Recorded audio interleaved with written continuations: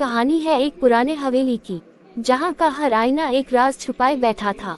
कहते हैं वहाँ कोई आत्मा रहती है जो हर उस इंसान को अपना शिकार बनाती है जो उस आईने में खुद को ज्यादा देर तक देखता है। कहानी शुरू होती है। स्थान राजस्थान का एक वीरान गांव जंगलपुर। गांव से थोड़ी दूरी पर एक वीरान हवेली थी, रतन हवेली, जो पिछले 50 सालों से बंद थी। गांव वाले कहते थे कि वहां भूत है, लेकिन 22 साल के युवक विवेक को भूत प्रेतों पर यकीन नहीं था।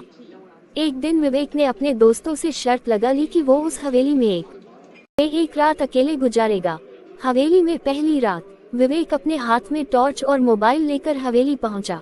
हवेली अंदर से धूल से भरी हुई थी, दीवारें फटी हुई, लकड़ी की सीढ़ियां चरमरा रही थी और हर कमरे में एक बड़ा आईना टंगा था। जब वो एक कमरे में पहुंचा, वहां एक अजीब सा ठंडापन था। दीवार पर लगा आईना बिल्कुल साफ था, जैसे किसी ने अभी पोंछा हो। विवेक ने खुद को आईने में देखा और हंसते हुए कहा, अगर तू भूत है तो आना, मैं तैयार हूँ। आईने में उसे अपने पीछे एक परछाई दिखी। वो पलटा, लेकिन पीछे कुछ नहीं था। भयानक घटनाएं शुरू होती हैं।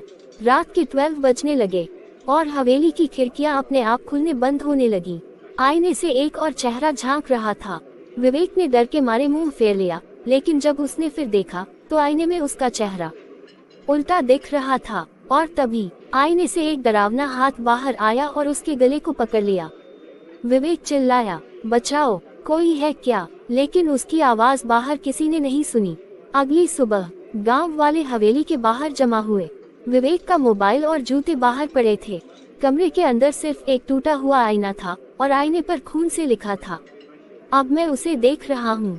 विवेक कभी नहीं मिला, लेकिन अब हर कोई कहता है उस आईने को मत देखो, क्योंकि जो उसे ज्यादा देर तक देख लेता है वो खुद आईने में कैद हो जाता है।